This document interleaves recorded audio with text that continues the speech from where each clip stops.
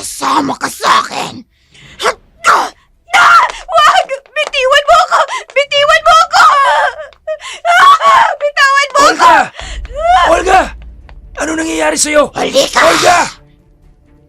Ariel! Tulungan mo ako!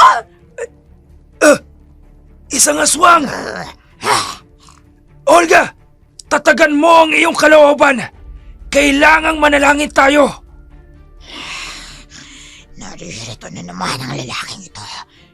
Kung minsan ay nakakasilaw. Amang banal, ikaw ay makapangyarihan sa lahat! Huwag po ninyong ipahintulot na manaig ang kadiliman! Nangako ka sa iyong salita na hindi mananaig sa aming mga mananampalataya ang anumang gawain ng masama. Pagkos, Nasisilaw ako! ililigtas mo kami! Hindi! Nasisilaw ako!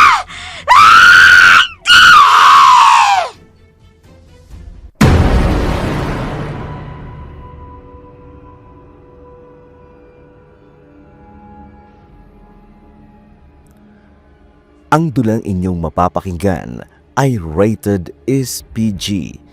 Istriktong patnubay at gabay ng magulang ang kailangan. Maaaring may masaselang tema, lingwahe, karahasan, sexualidad, horror o paggamit ng droga na hindi angkop sa mga bata.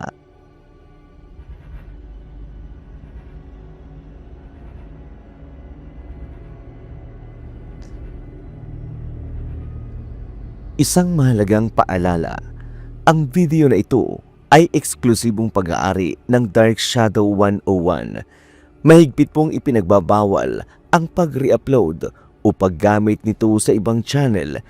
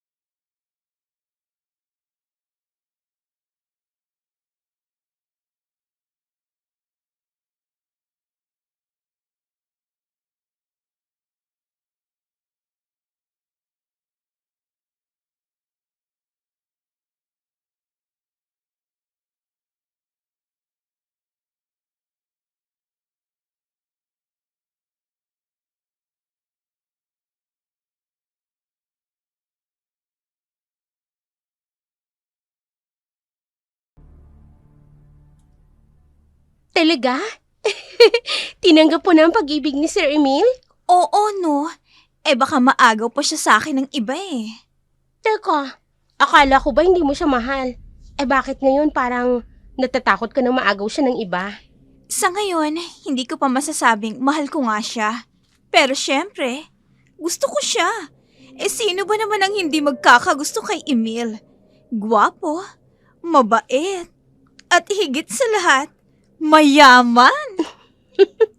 Sabagay, taglay nga naman ni Sir Emil ang katangian na matagal mo nang hinahanap sa isang lalaki. Gwapo na, mayaman pa. Sinabi mo pa? Pero paano ba yan?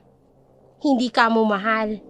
So paano ka sasaya kung hindi mo naman pala mahal? Matututunan ko na rin siyang mahalin, ano? Sabagay, madali lang namang mahalin ang isang tulad ni Sir Emil. Lalo na at ang kanyang mga bagay na mahirap hanapin sa isang lalaki. Sa mga panahong to, gwapo, mayaman, at higit sa lahat, single. At ang pinakahigit sa lahat, ay mahal na mahal ako. Paano mo naman nasabing mahal na mahal ka ni Sir? Kasi, lahat ng gusto ko ibinibigay. Kulang na nga lang, magsabi ako ng kotse. O bakit hindi mo sabihin? Teka lang, konting pino muna. Baka kasi sabihin niyang kinukwartahan ko lang siya, no? Sabagay, hatid sundo ka naman ng kanyang kotse. Aanhin mo pa ang kotse, may driver ka na. Tama ka dyan. Ayan na pala siya eh.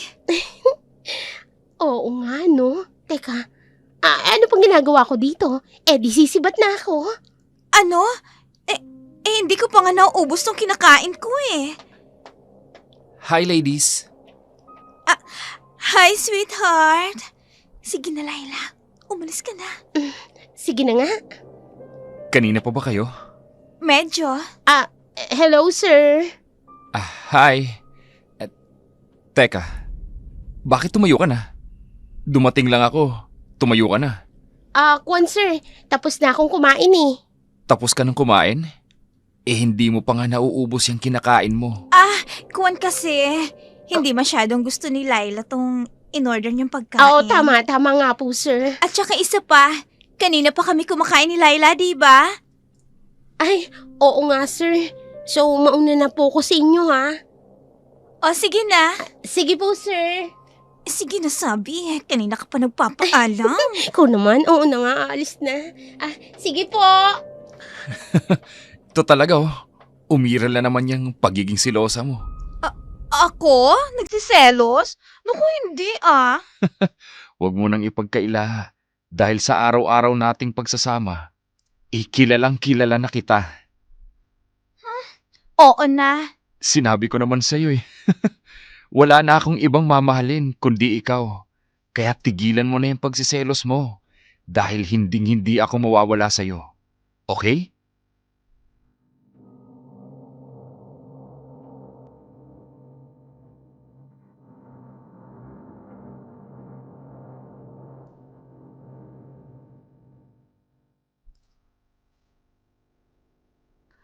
Anak, kamusta na ang pamamalakad ni Emil sa negosyong naiwan ng papa mo? Okay lang naman, Mama. Nagagampanan naman ho niya ng maayos ang trabaho. Mabuti naman kung ganun. Abay, dapat lang na pagbutihan niya ang kanyang pamamahala. Dahil sa kanya rin mapupunta ang kumpanyang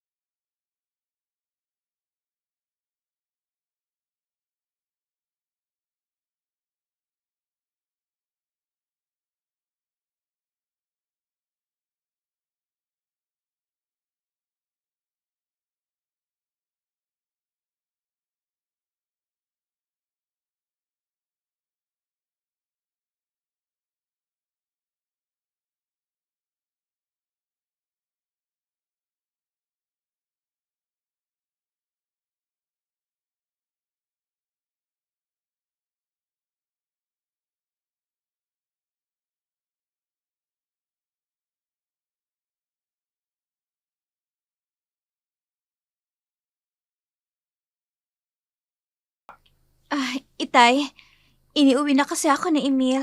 May pupuntahan daw eh. Emil? Sinong Emil? Nobyo ko po. Nobyo na naman. Abay, pang ilang nobyo mo na yan sa buwang ito Ang itay naman no, masyadong exaggerated. Abay, totoo naman ang sinasabi ko. Halos linggo-linggo, may ipinakikilala kang nobyo sa akin. Tay, iba ho itong si Emil. Dahil palagay ko, siya yung lalaking magpapatino sa akin. Aba, ay dapat lang. Siya nga pala, may tumawag pala dito kanina. Hinahanap ka, pero nagdalawang isip ako kung ikaw nga ang hinahanap niya. Ho? Bakit ako? Noong una kasi, Olga ang hinahanap niya, kaya sabi ko, heto nga ang bahay mo. Pero nang magpaalam na siya, ibang apelyido ang binabanggit niya. Ano ho? Pangalan mo ang hinanap niya. Pero nang sinabi kong wala ka pa, dahil kako nasa trabaho ka pa, ang sinabi naman, sige po, Mr. Monteverde. Tatawag na lang ulit ako, ang sabi. Hindi naman Monteverde ang apelyido ko, kundi Salcedo. Bakit ako tinawag na Mr. Monteverde? Anong sinabi niyo nung tinawag kayong Mr. Monteverde? Ay wala na. Hindi na ako nakasagot pa. Dahil ibinaba na nga ang auditibo. Sa susunod ho, Itay, pag tinawag kayong Mr. Monteverde, sabihin niyo, kayo nga si Mr. Monteverde. Ano? At bakit? Basta, sundin niyo na lang ang sinasabi ko, Itay. Para rin sa atin tong ginagawa ko.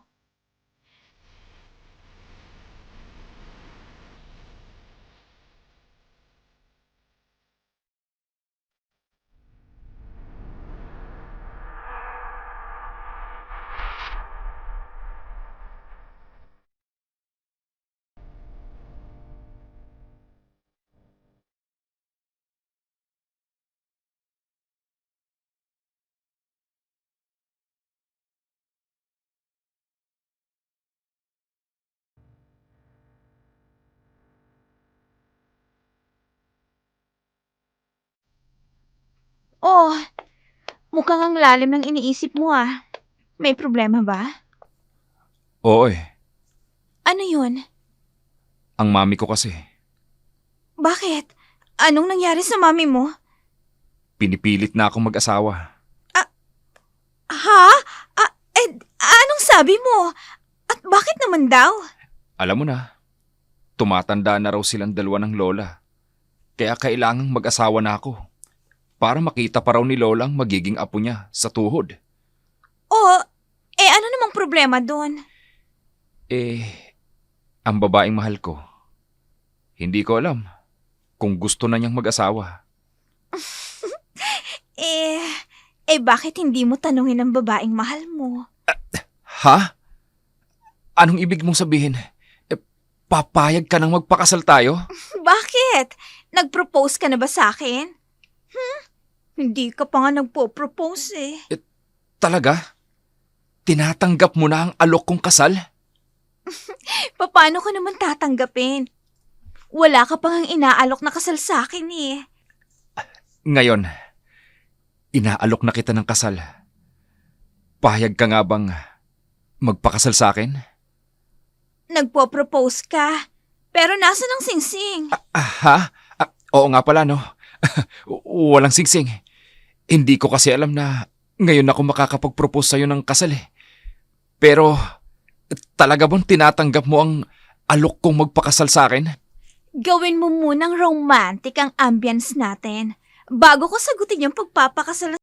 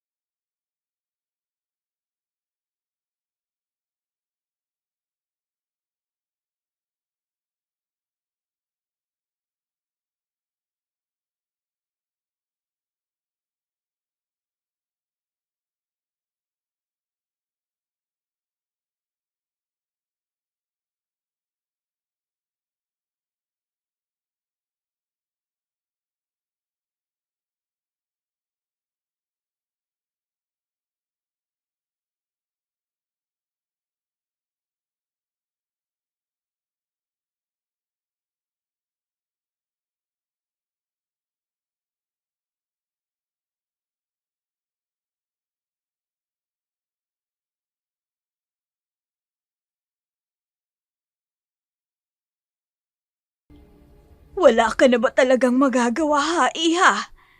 Ay, okay. Pero sana'y hindi makasagabal yon sa pagtatrabaho mo ng maayos sa kumpanya. Mabuti naman kung ganon. At sana, kung hindi mo man malampasan ang galing ng daddy mo sa pagtatrabaho sa kumpanya, kahit mapantayan mo lang sana. Ma? Mabuti naman kung ganon. Yan ang inaasahan ko na magiging kasagutan mo. Oh, okay. At naririto na ang anak ko. Bye. Sino ba yung kausap ninyo? Parang seryosong-seryoso kayo. Isa sa mga empleyado. Teka nga muna. Nakabihis ka yata. Saan ka ba pupunta? Lalakarin ko ang papeles ko. Pauwi ng Pilipinas, ma. Ano? Sandali lang, ma. Tumatawag ang apo nyo. Hello?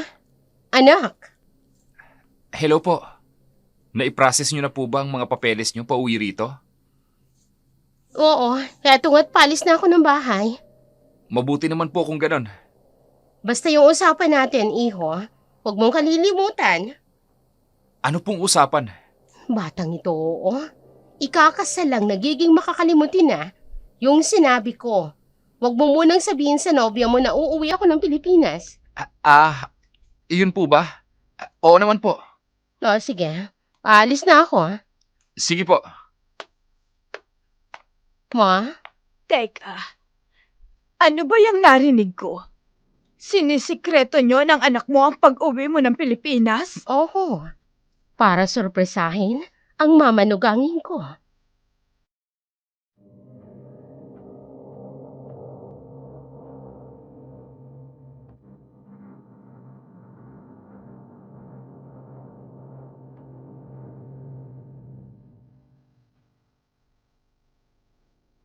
Sigurado ka na sa desisyon mo? Tingnan mo naman tong babaeng to. Nung sinabi kong sinagot na ako ni Emil, natuwa ka at kinilig pa. Eh ngayong inalok ako ng kasal at engaged na kami, bakit parang ayaw mo pa yata? Hindi naman sa ayaw. Kaya lang, hindi pa naman nagtatagal ang relasyon ninyo. Aba, kailan lang nung sinagot mo siya? Tapos ikakasal na kayo kaagad? Wala pa yata kayong 3 buwan na magkarelasyon. Maiksi man nung matagal na ang relasyon namin. Ganun na rin yun. Sa pagpapakasal din ang kauuwian ng relasyon namin. Kaya, bakit pa namin patatagalin, hindi ba? Ang akin lang naman, hindi nyo pa kilala masyadong isa't isa. Makikilala rin namin ang isa't isa pag nagsasama na kami. O paano pala kung may ayaw ka sa kanya? Paano ka pa atras? Alalahanin mo ang kasabihan, ha? Ang pag-aasawa, hindi parang kaning isusubo. Pag napaso, pwedeng iluwa. Friend, ano ka ba? Hindi ba't nabanggit ko na sa'yo noon na hindi importante sa akin kung mahal ako ni Emil o hindi? Ang importante sa akin, pakasalan na niya ako. At magiging ako na si Mrs. Olga Ayala. At magiging akin na ang kumpanyang pinaglilingkuran natin pareho. Sweetheart! Si Emil? Medyo seryoso yata ang pinag-uusapan ninyong dalawa. Oh, Laila, huwag mong sabihing aalis ka na naman.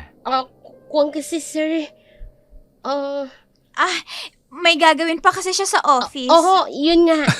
May gagawin Anong pa. gagawin niya? Break time pa nga natin eh.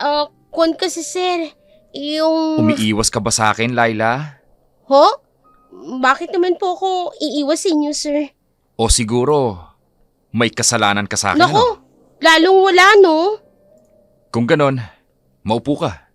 Sweetheart, nakakahiya naman kay Laila kung hindi niya magawa ang trabaho niya, di ba? Ako ang boss ninyo, di ba? At inuutusan kita, Laila, na maupo ka. Sweetheart? Teka nga muna, magsiselos ka na naman ba? Pati ba kaibigan mo, pagseselosan mo? Kung kasi sir, talagang may gagawin lang na importante. Maupo ka dahil gusto ko. Kaming dalawa ni Olga ang magsasabi sa'yo na ikaw ang magiging isa sa mga bridesmaids namin. Talaga? Teka, hindi mo naman nasabi sa akin na kukunin mo siyang bridesmaid sa kasal natin. O ngayon, sinasabi ko na sa'yo, isa si Laila sa magiging bridesmaids natin.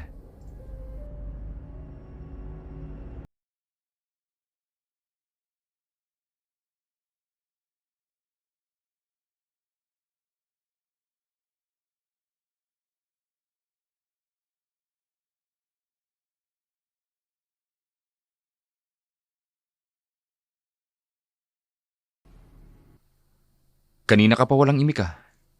May problema ba? Wala. Anong wala? Hay ano, kitang-kita sa mukha mo. Pero alam mo, kahit nakasimangot ka, maganda ka pa rin. Maganda ka dyan. Ano bang ipinagmamakdol mo? Kunwari ka pa. Hay, nagsiselos ka na naman ba? Bakit? Masama ba akong magselos ako? Sweetheart, kaibigan mo si Laila.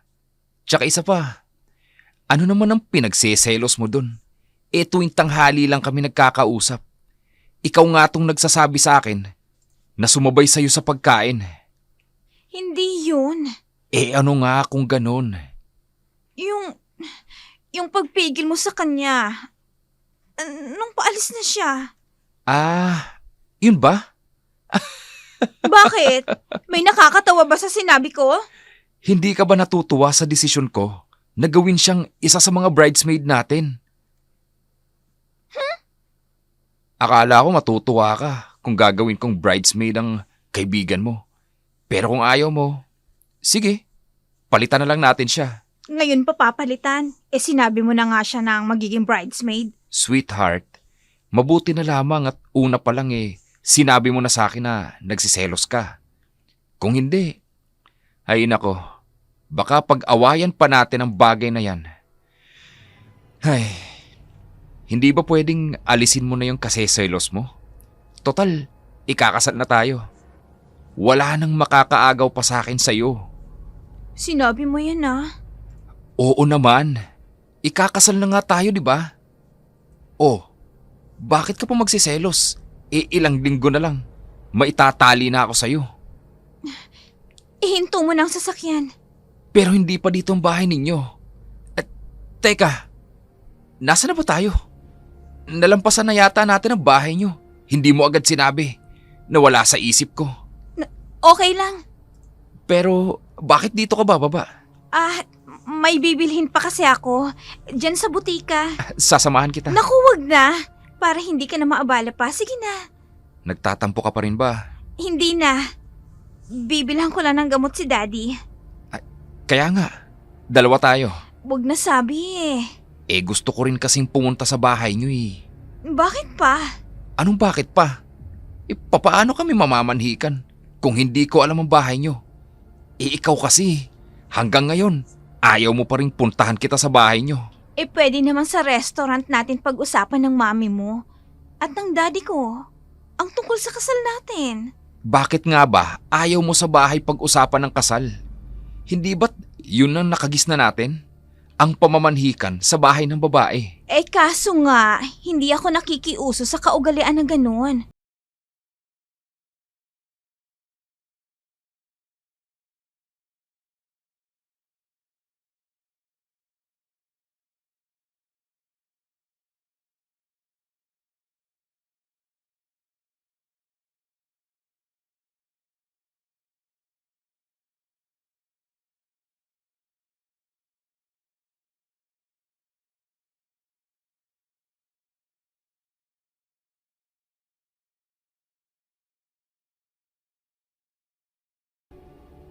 Sinasabi mo nga, mayaman ang boss mo.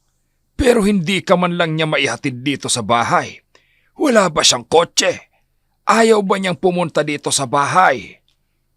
Tay, gustong-gusto ni Emil na pumunta dito sa bahay. Kaso ayoko. At bakit? Kasi naman, makikita niya tong bahay natin. Ano kung makita niya? Hindi sa lugar na ito ang sinabi kong address natin, Itay. Ano? At itinatago mo sa kanya ang lugar mo? Laking Forbes ang mapapangasawa ko, Itay. Hindi siya sanay sa ganitong lugar. Ano naman kung sa Magarbo at malaki ang bahay niya? Yan ang nga bang sinasabi ko eh. Makikipagrelasyon ka sa isang lalaking mayaman, pero ikinahihiya mo naman ang katayuan mo sa buhay. Pwede ho ba, Itay? Huwag niyo na ho akong sermonan. Pagod ho ako.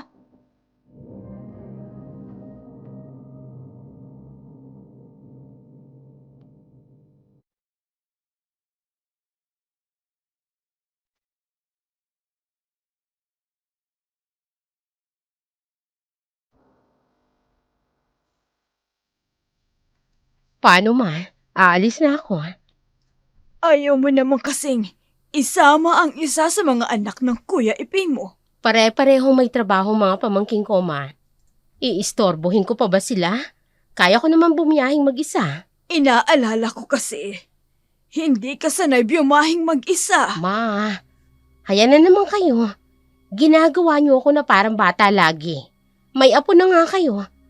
Parang bata pa rin ang tingin niyo sa akin. Anak, babae ka. Ayokong Ma, ang OA na masyado. sabihin mo na kahit na anong gusto mong sabihin. Basta ang gusto ko, nasisiguro ko na walang masamang mangyayari sa'yo. Ano naman hong masamang mangyayari sa akin? Ang tanda-tanda ko na, ma.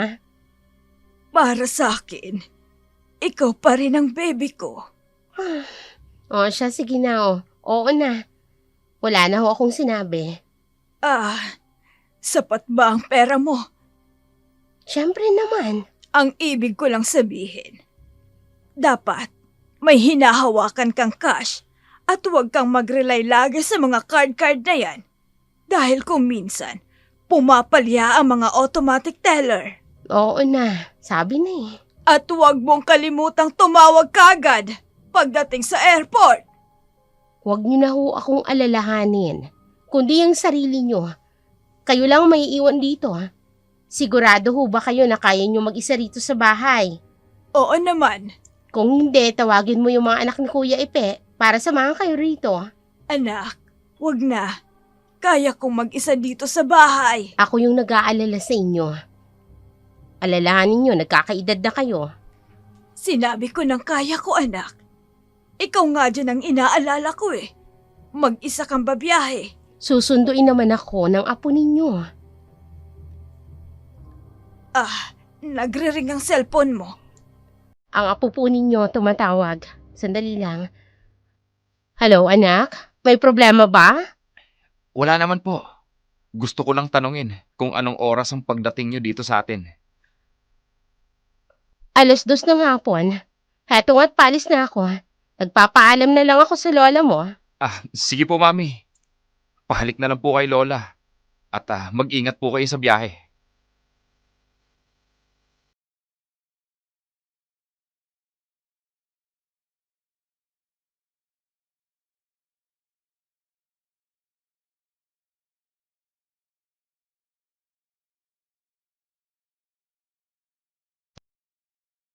Normal na umaga lang para kay Laila.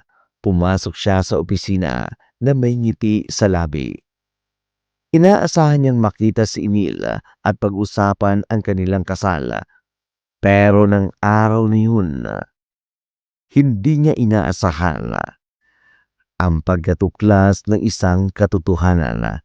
Habang nasa kantin siya kasama si Laila, hindi niya alam na sa loob lamang ng ilang oras, magbabago ang kanyang mundo. Ang selos na matagal niya ng kinikimkim ay magdudulot ng isang desisyon na kailanman ay hindi niya na pwedeng ibalik.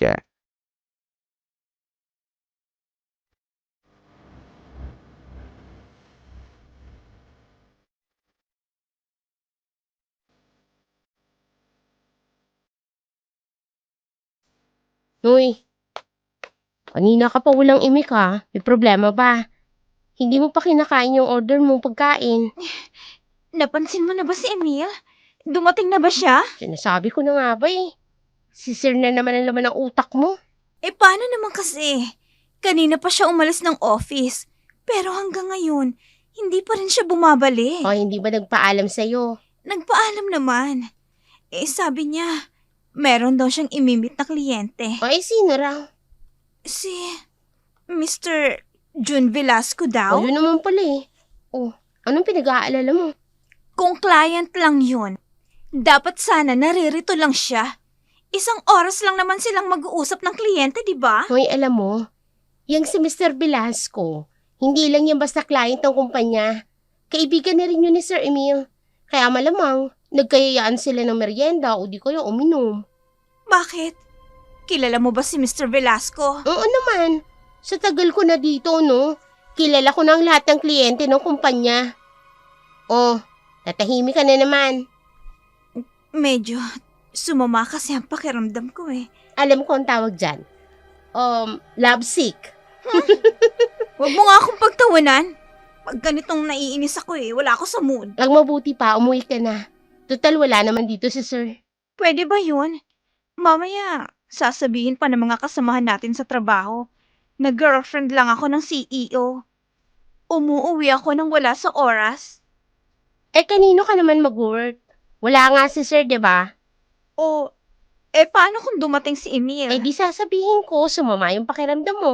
Sigurado, pupuntahan ka pa nun. O, sige na. Text mo ako kagad pag dumating siya, ha? Oo na, sige na. Uwi na ha.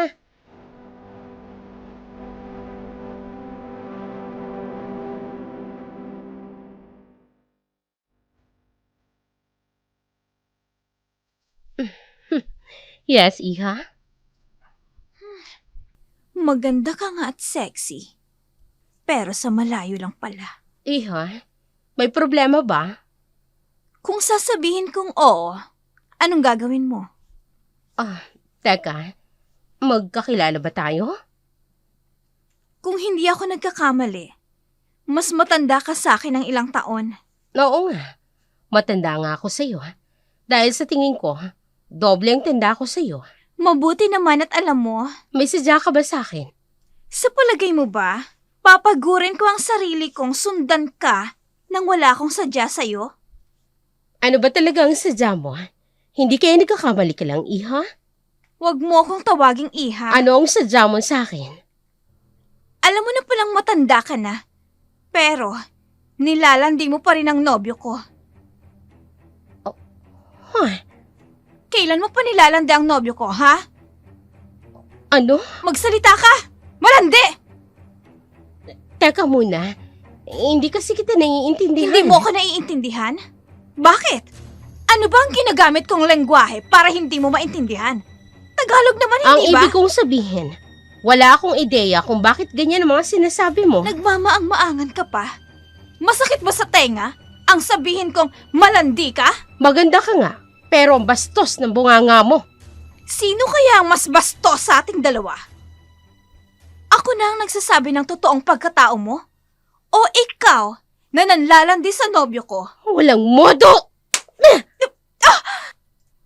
Wala kang galang sa mas matanda sa'yo. At sino ka para sampalin ako, ha?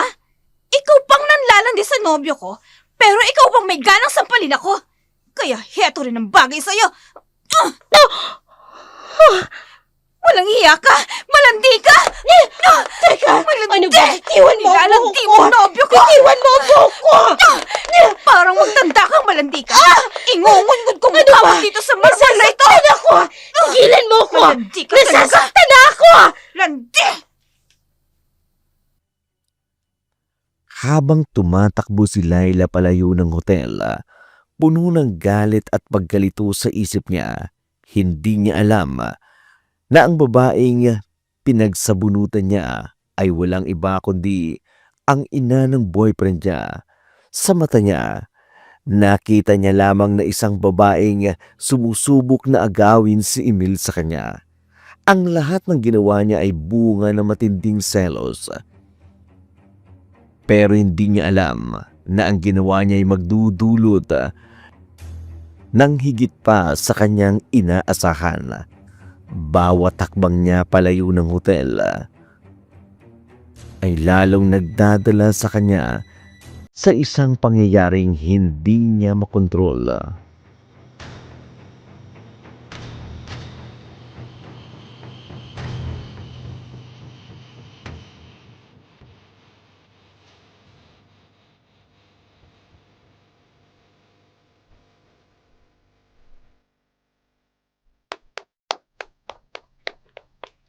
Mami?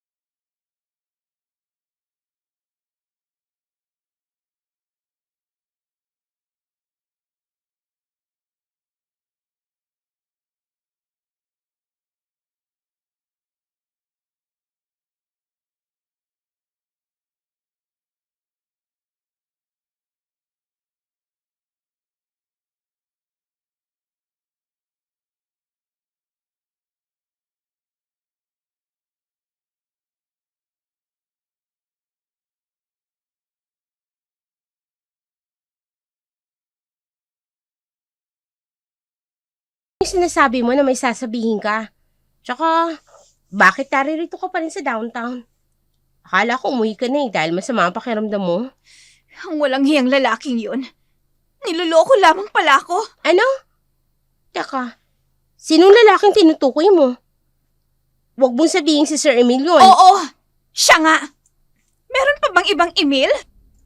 Siya lang naman ang boyfriend ko ngayon. Teka nga, paano niloloko? Matinong lalaki yun si Sir Anong matino? Huling-huli ko silang dalawa. Nang kulasisi niya sa isang hotel. Ano? Oo. At alam mo ba, ipinagpalit ako sa isang matanda. Matanda yung babae? Oo. Tansya ko pa nga mahigit 30 anyos na. Magaling lang siguro magdala sa sarili. Kaya sexy kong tingnan pero mas maganda pa rin ako sa kanya, no? Teka nga, paano mo naman nasisiguro na babae nga yun ni Sir? Ano pa nga bang iisipin ko? Kitang-kita ng dalawa kong mga mata. Pumasok sila sa loob ng hotel. At inihatid ni Emil ang babaeng yun sa loob ng kwarto ng hotel na yon. Teka, hindi ko alam may kalokohan din pala si Sir. Kaya yun, hindi na ako nakapagpigil. At pinagsasabunutan kong babaeng yun. Ano? Sinabunutan mo yung babaeng kasama ni Sir? Sobra ka naman. Balingkera ka talaga. Oo. Kaya manghihiram yun ang mukha sa aso. Dahil inginudngud ko ang mukha niya sa sahig. Teka, ano naman ang sabi ni Sir? Pinanood ka lang ba na ginagawa yun sa babaeng yun? Wala siya Pagkapasok ng babae sa kwarto, umalis ka agad siya. Kaya yun, sinamantala ko ang pagkakataon. Para sa bunutan ng malanding babaeng yun. Lintik lang ang walang ganti. Teka, paano yan? Anong plano mo? Nakausap mo na ba si Sir? Hindi pa. Pero magtutuos kami ng lalaking yon.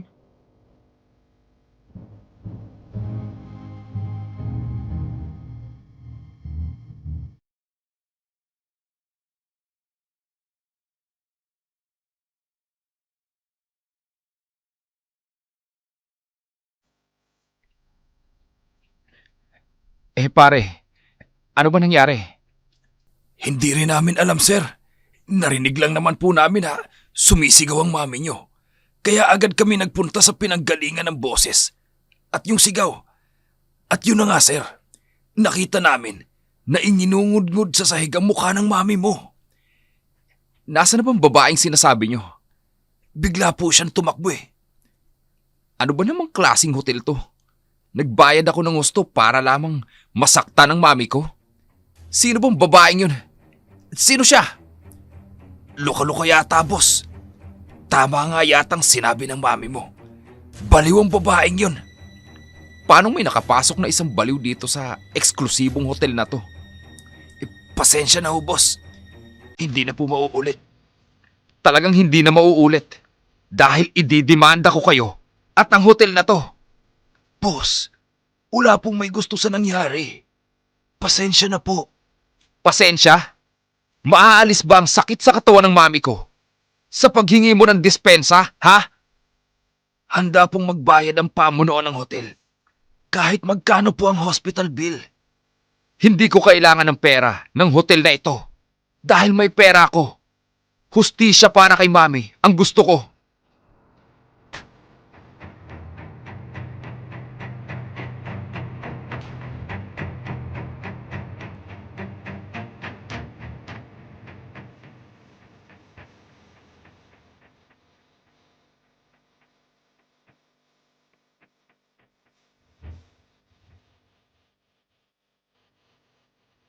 Hello, sweetheart.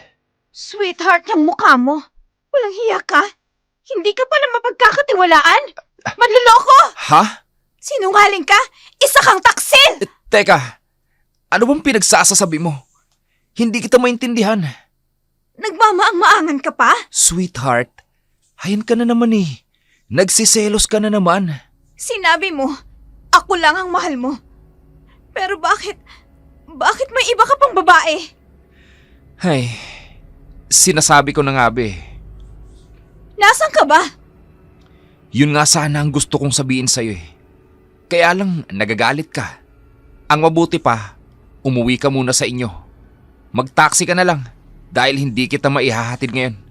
Saka na tayo mag-usap. Kita mo na? Umiiwas ka na sa akin ngayon? Hindi sa umiiwas ako. May problema lang, kaya... Eh di inamin mo rin. Umiiwas ka dahil may babae ka. Wala akong babae, ano ka ba? Okay. Nasaan ka ba? Sabihin mo kung nasan ka at susunduin kita. Diyan ka na sa babae mo. Olga naman. At mula ngayon, wala na tayo. Olga!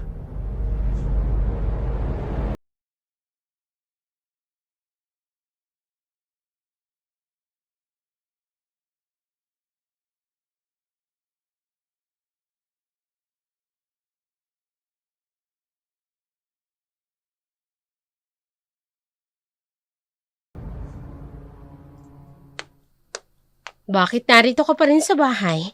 Hindi ka ba papasok ng opisina? Hindi mo na, Mami.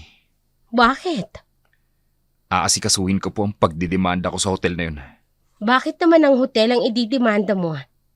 Dapat yung babaeng lukarit na yon na siyang nanakit sa akin. Idedemanda ko sila sa kapabayaan nila, Mami. Alam mo anak, sa palagay ko, walang kasalanan ng hotel.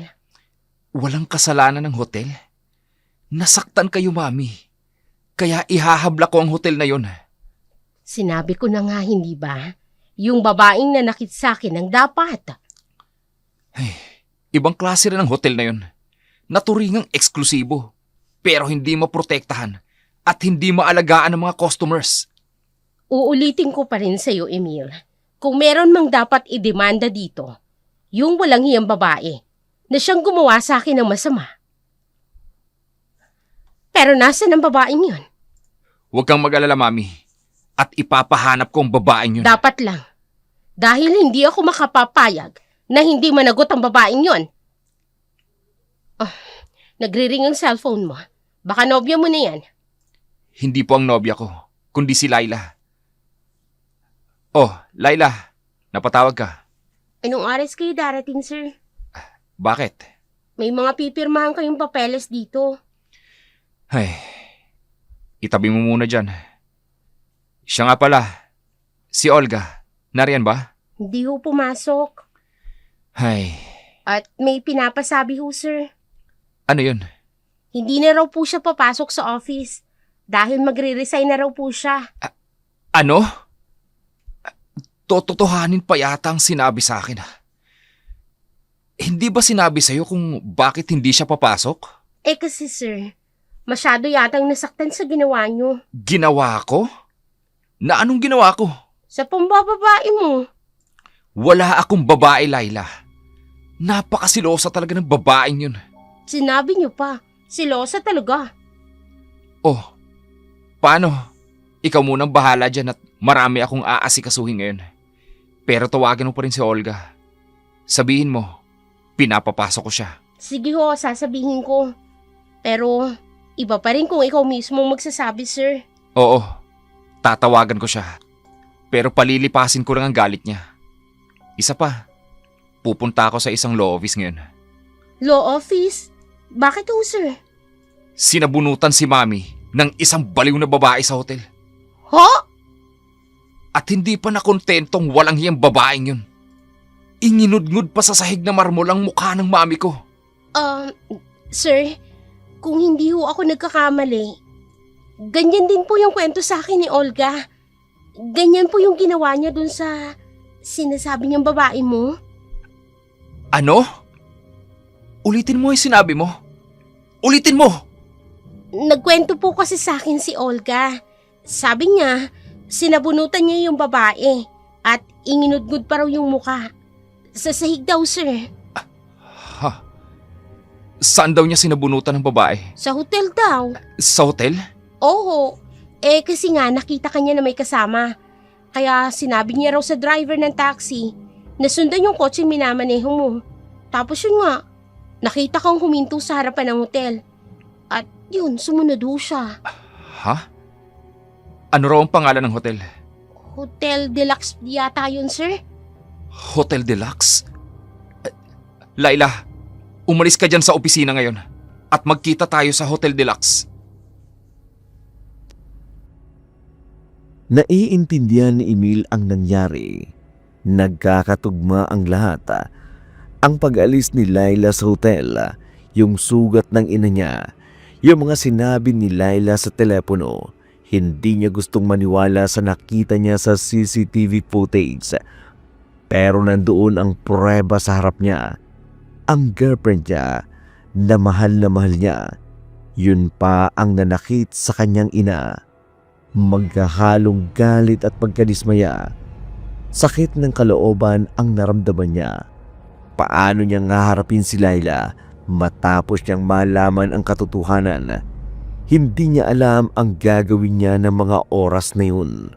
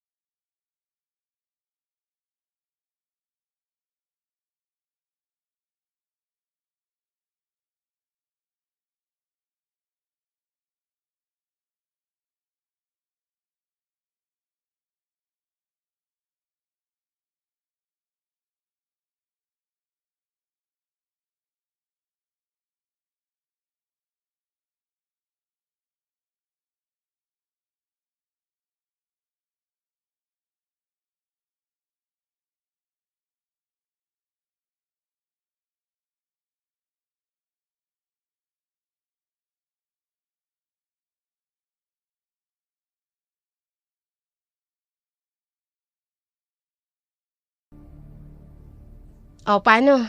Mauna na akong bababa sa inyo. At ikaw naman, iwan ka. Ha? Bakit? Papasok ka sa trabaho. Ano ka ba? Papasok din ako sa trabaho, no? Bakit mo ko iiwan? Kun kasi. Sige na, Laila. Bumaba ka na para hindi ka malate sa trabaho mo. Ako nang bahalang magpaliwanag kay Olga. Sige po, Doña Consuelo. Sige na, mauna na ako ha. Ay, iniwan na lang ako. Ganito yun kasi, Iha. Madalas kang ikwento sa akin ng aking anak, ang mami ni Emil. Ang sabi nga mahal na mahal ka raw ng aking apo at umaasa ako na mahal mo rin ang apo ko. Opo, mahal ko rin po si Emil. Natutuwa ako at pareho kayong nagmamahalan ng aking apo. Ang sabi ko nga sa anak ko, sa mami ni Emil, na ang sino mang mamahalin ni Emil, ay mamahalin din namin ang pamilya ni Emil. Salamat po kung ganon. Kaya naisip ko, bilang pagwe-welcome ng pamilya sa magiging miyembro ng aming pamilya, gusto ko sanang yayain ka sa bahay. Anak ko po, nakakahiya naman po yata. Hindi po ako nakabihis. Nakabihis ka naman ah. Ano bang tawag mo dyan sa suot mo? Uniforme po namin to sa office, ma'am. Oh, hindi ba kasuotan yan? Alam mo, Iha, hindi naman kami pihikan sa mamanugangin namin. Ang importante sa aming pamilya ay mamahalin ang apo ko ng tunay.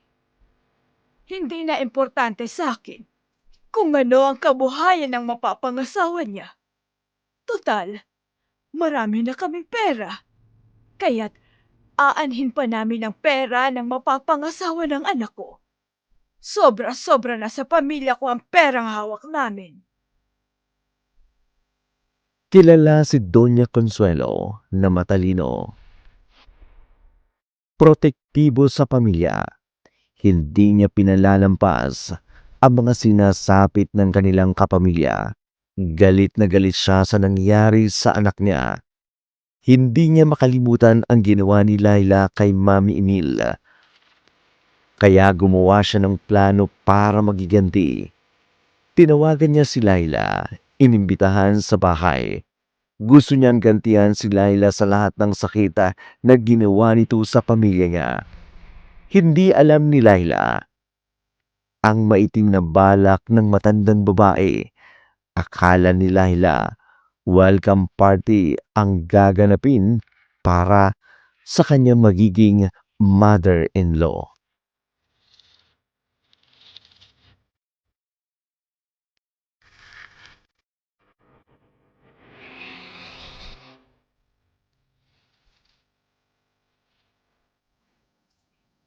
Oh, hindi ka pa papasok, anak.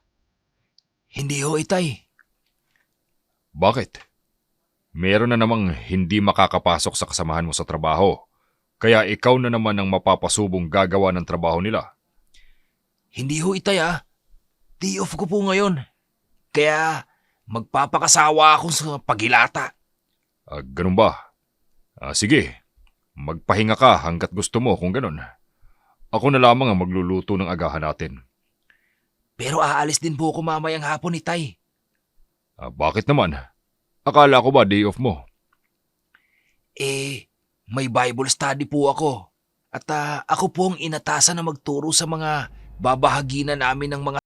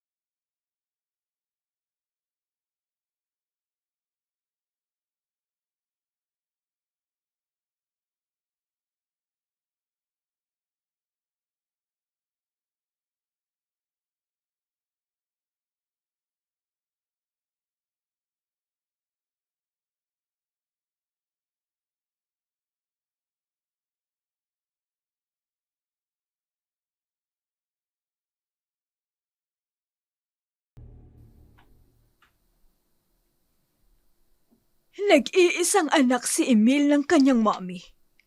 Kaya, mahal na mahal siya nito. Ayaw niyang nasasaktan ng kanyang anak. At naiintindihan ko yun.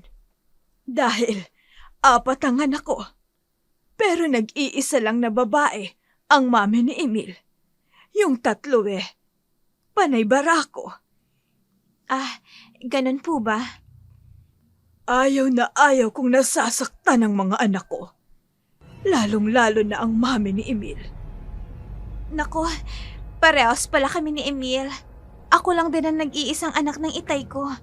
Kaya, mahal na mahal niya ako eh. Ay. Ganon. Mag-isa ka lang din pala na anak ng iyong magulang.